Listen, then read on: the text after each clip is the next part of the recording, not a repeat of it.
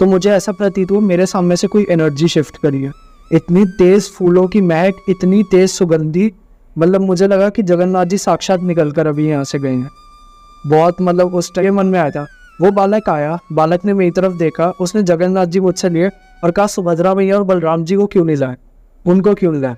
वो बालक साक्षात कृष्ण थे, वो बालक बिल्कुल श्री कृष्ण थे। उन्होंने कहा और उन्होंने इनको इतना लाड लड़ाया और उसके बाद वो बालक पता नहीं कहाँ गायब हो। प्रेमानंद महाराज जी ने एक छोटी सी कुटिया थी एक टीने के ऊपर, उसमें प्रेमानंद महाराज जी नीचे बिठा के मुझे प्रॉपर राधा नाम के बारे में समझा रहे कि महत्व राधा नाम जपने से क्या होता है और एक बार राधा जपा तो क्या होता है।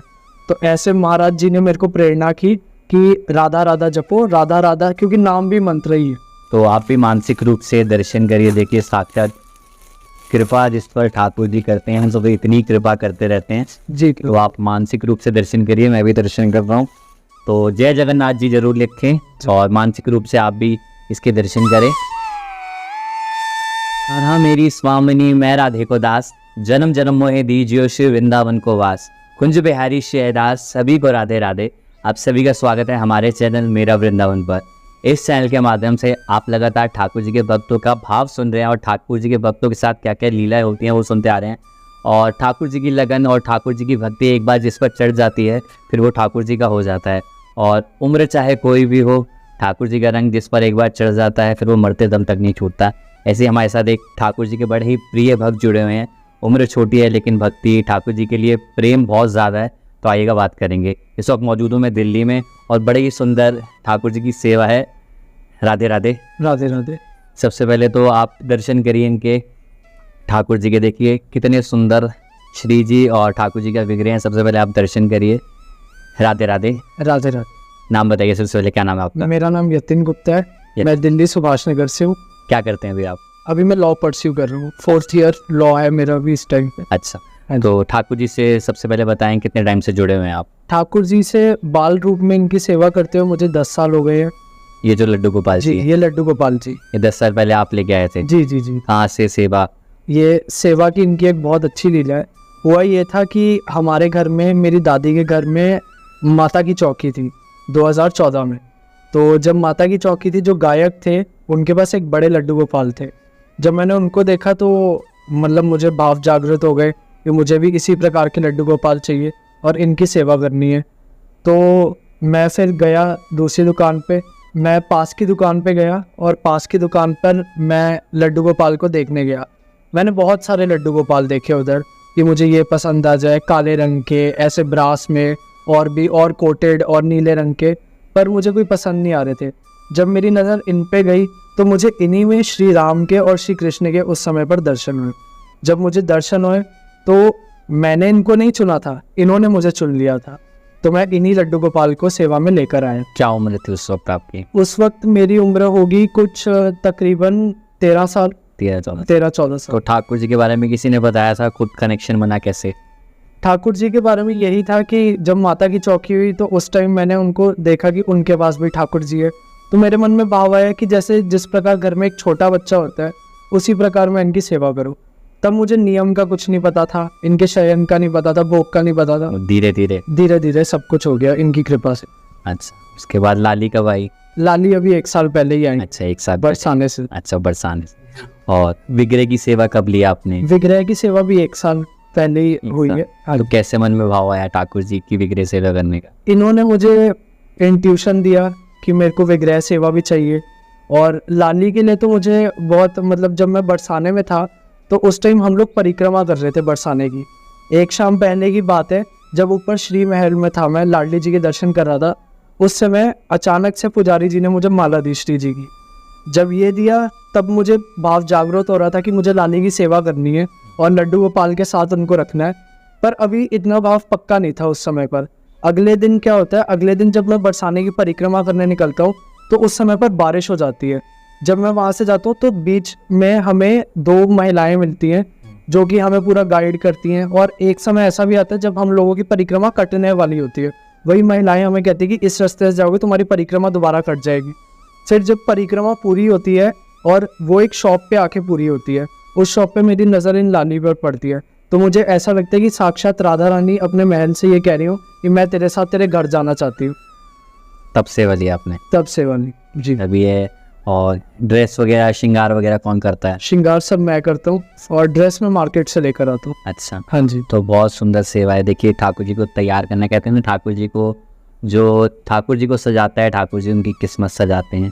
सो उम्र बड़ी छोटी है और सबसे पहले तो शुरुआत करते हैं, कैसे टाइम निकालते हैं भक्ति के लिए, क्योंकि आप पढ़ाई भी करते हैं। जी जी। और तो क्या रूटीन सबसे पहले बताएं, क्या सेवा का रूटीन रहता है आपकी? सेवा का रूटीन बेसिकली यही रहता है कि सुबह मैं उठता हूँ, सुबह उठ के स्नान करके मैं इनकी मंगला करता हूँ।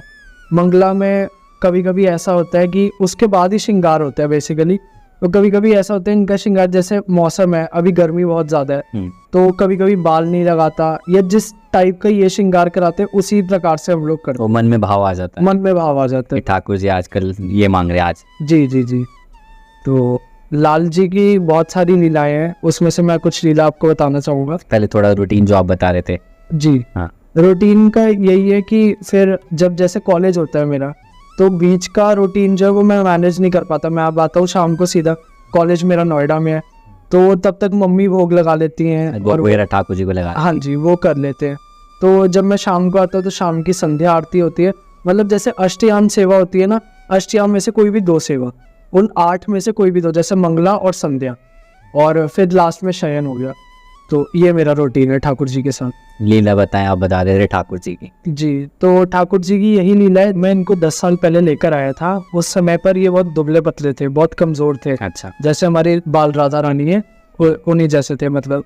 तो ऐसा हुआ, ये चीज़ मम्मा ने भी ऑब्जर्व करी है कि इनके साइज़ में और वेट में काफ़ी फ़र्क आया। पहले मुंह इनका भर गया है और शरीर इनका भर गया है। तो ये भोग ग्रहण करते हैं, हम इनको दूध पिलाते हैं, दूध भी पीते हैं, पर अगर कभी हम वीडियो या ऐसे पब्लिसिटी कर दे कि देखो इनका ये हो रहा है, ये उसी समय छोड़ देंगे।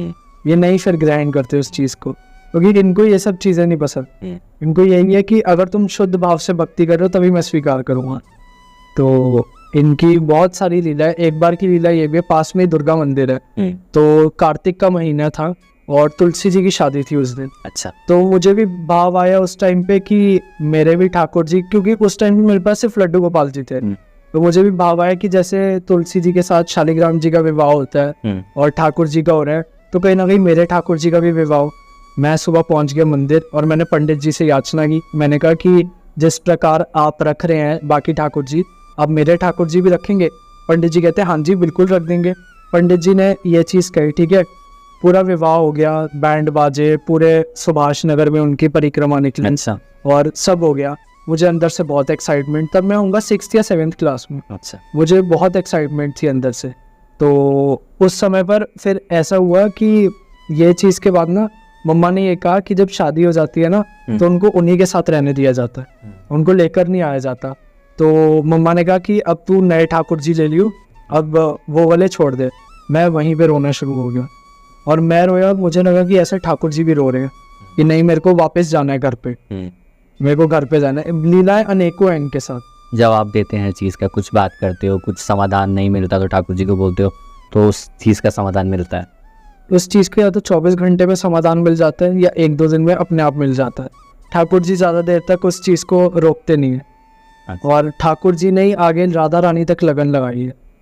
ऐसा भी हुआ था अभी कुछ समय पूर्व कि मेरे पूर्ण भाव से मैंने प्रेमानंद महाराज जी को अपना गुरुदेव मान लिया। अच्छा। तो प्रेमानंद महाराज जी में इतनी आस्था हो गई, इतनी आस्था हो गई, वो अटूट आस्था बन गई कि मैं उनको श्री जी ही मानता हूँ। वो श्री जी ही हैं। अगर हम उनके अब भी दर्शन करेंगे सामने से तो ऐसा प्रतीत होता है कि साक्षात श्री जी चल के आ रहे हैं। इतना तेज है उनके चेहरे पर, इतना प्रकाश है उनके चेहरे पर। तो ऐसा हुआ था कि मुझे ना कुछ मिल नहीं रहा था कि मेरे को सॉल्यूशन की। अगर मेरे मन में ऐसे भाव आ रहे, विचार आ रहे थे कि अगर मैं पहले ही चला गया समय से पूर्व और मेरी गुरु दीक्षा नहीं हो पाई, मुझे इस संसार में दोबारा आना पड़ेगा, 84 लाख का चक्कर दोबारा झेलना पड़ेगा।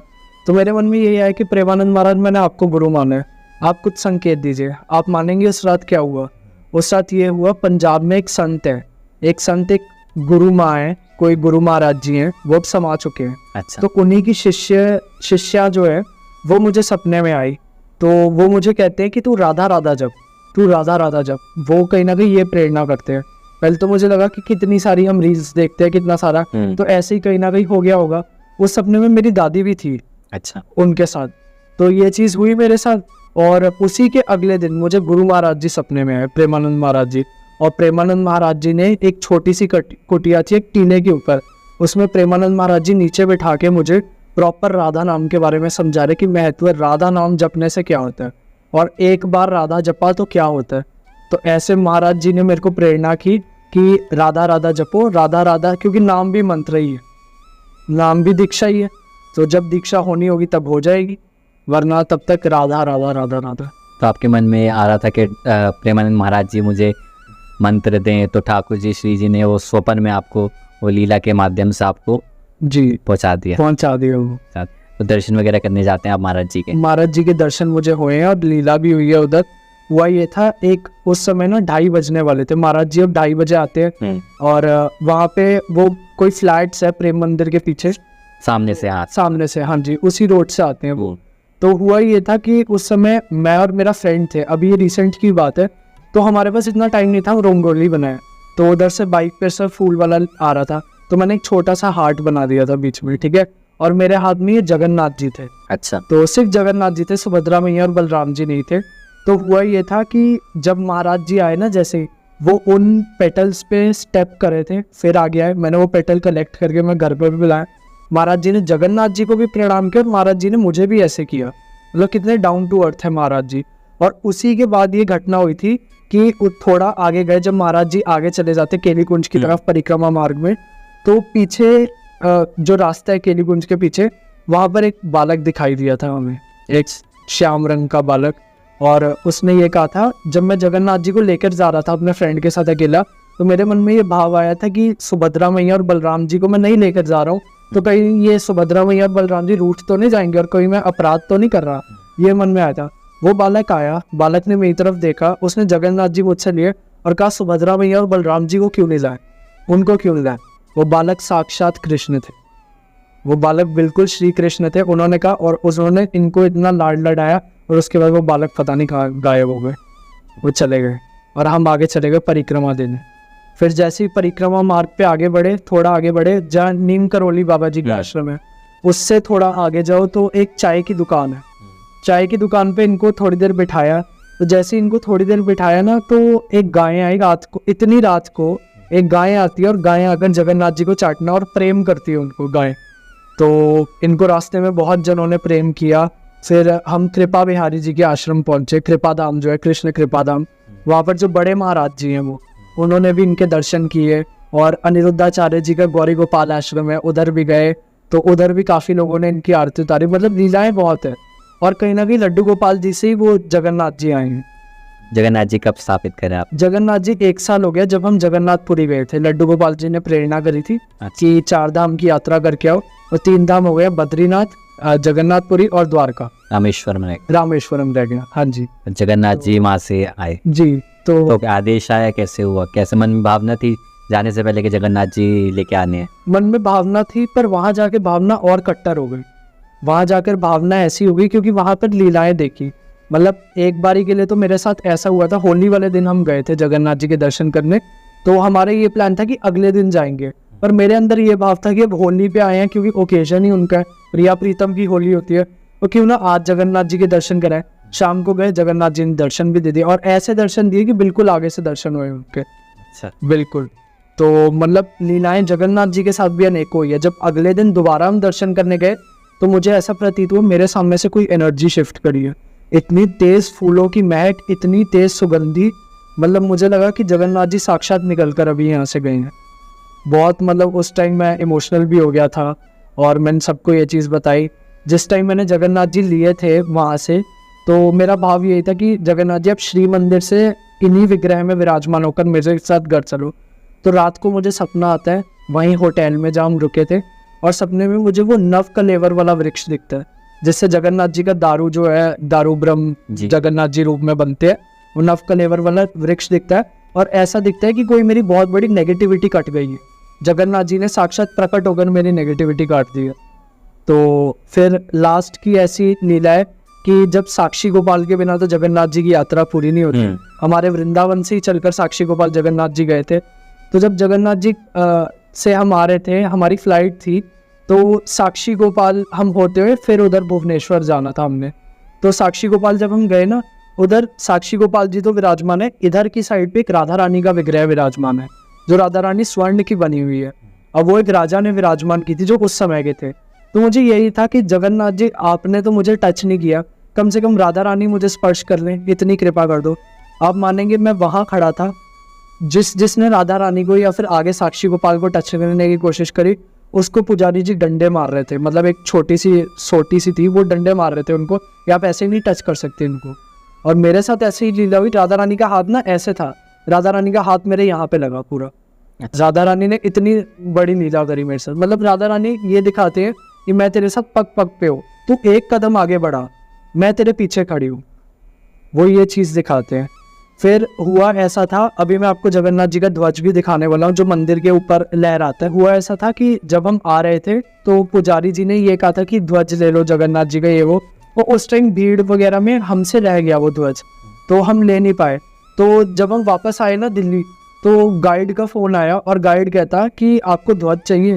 तो मेरे को इतना, मेरे गूज़बम्स आ गए उस दिन कि मैंने कहा जगन्नाथ जी इतनी कृपा कि आपने, क्योंकि जगन्नाथ जी का जो झंडा है वो साक्षात जगन्नाथ स्वरूप है, वो उसमें और जगन्नाथ जी में कोई अंतर ही नहीं। अगर आप चाहें तो मैं आपको दिखाता हूँ। तो आप भी मानसिक रूप से दर्शन करिए, देखिए साक्षात कृपा जिस पर ठाकुर जी करते हैं, हम सब इतनी कृपा करते रहते हैं जी। तो आप मानसिक रूप से दर्शन करिए, मैं भी दर्शन कर रहा हूँ। तो जय जगन्नाथ जी जरूर लिखें और मानसिक रूप से आप भी इसके दर्शन करें। और तो कैसा लगा इतनी कृपा आपके ऊपर उन्होंने दी? प्रभु जी बहुत ज़्यादा। तो कैसा लगा जब इतनी कृपा जब बना दिया कि आपको जगन्नाथ जी का झंडा मिला? कृपा इतनी, मतलब कि रोना निकल गया था उस समय पर। ये भगवान भी अपने भक्तों का, उनको ध्यान रहता है। भगवान के तो कितने ही सारे भक्त हैं, पर फिर भी भगवान ने मुझे ऐसा अवसर प्रदान किया उन्होंने। क्योंकि कहते जगन्नाथ जी जो पहुंच जाते हैं वहाँ पे एक कदम रखना अश्वमेघ यज्ञ के फल बराबर होता है जगन्नाथ जी का। जी जी। और जगन्नाथ जी तो कभी किसी का पाप नहीं देखते। मैं महापापी व्यक्ति हूँ, मुझसे बहुत पाप हुआ है, पर वो कभी किसी का पाप नहीं देखते, वो सिर्फ सबके पुण्य ही देखते हैं। कोई भक्त इतना भी करेगा ना, वो उसको भी ये कहेंगे कि मेरे भक्त ने मेरे लिए किया, वो उसको ट्रिपल करके उस भक्त को लौटाएंगे। ऐसे हैं दयालु हमारे जगन्नाथ जी। फैमिली का क्या रिएक्शन रहता है? फैमिली वाले सपोर्ट करते हैं भक्ति के लिए? शुरू में बहुत ऐसे रिलेटिव्स थे जिन्होंने कहा था कि मम्मी पापा को ये कोई एज नहीं होती भक्ति की, या फिर ये इतना ज़्यादा लीन नहीं रहना चाहिए। क्योंकि मैं शुरू में इतना भी नहीं रहता था जितना उन्होंने बना दिया था उस समय पर मम्मी पापा मेरे शुरू से सपोर्टिव रहे हैं।